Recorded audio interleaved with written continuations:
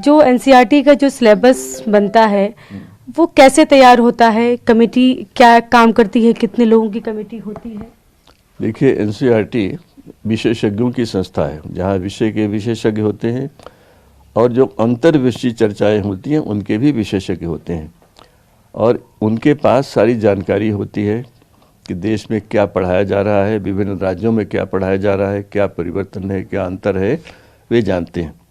सबसे पहले हम करिकुलम बदलते हैं, है ना। करिकुलम बदलने के बाद उसमें यह तय किया जाता है कि किस स्टेज पर क्या पढ़ाया जाना उचित रहेगा और यह विशेषज्ञ लोग तय करते हैं।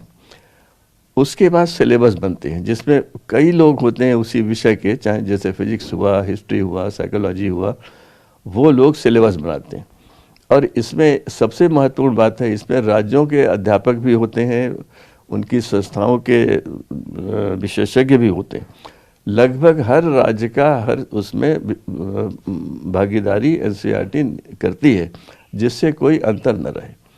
अब जैसे पर्यावरण पर अगर किताब बनेगी तो वहाँ पर कोई त्रिपुरा का भी होगा, कोई त्रिवेंद्रम का भी होगा, कोई चेन्नई का होगा, कोई गुजरात का होगा, ऐसे ही सब लोग बैठते हैं और तब कोई भी एनसीईआरटी किताब बनती है। किताब बनने के बाद बड़ी लंबी चौड़ी प्रोसेस है, जब पाठ लिखे जाते हैं, कई बार पढ़े जाते हैं, फिर उनका संपादन होता है, उसके बाद विभागाध्यक्ष होता है, वो देखता है और फाइनली डायरेक्टर के भी उस पर दस्तखत होते हैं और कई बार कुछ ऐसी चीज़ें मिल जाती हैं जो डायरेक्टर के कहने से बदली जाती हैं।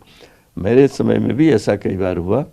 जैसे मेरे सामने एक मैन्युस्क्रिप्ट आया तो उसमें जो चित्र थे वे सारे चित्र बाहर से लिए गए थे, मतलब इंटरनेट यहाँ से उठा करके डाल दिए गए थे और मैंने उसको पहचाना और वो उसको बाद में सारा कुछ बदला गया। ऐसी कई चीज़ें होती रहती हैं जो हम करते हैं।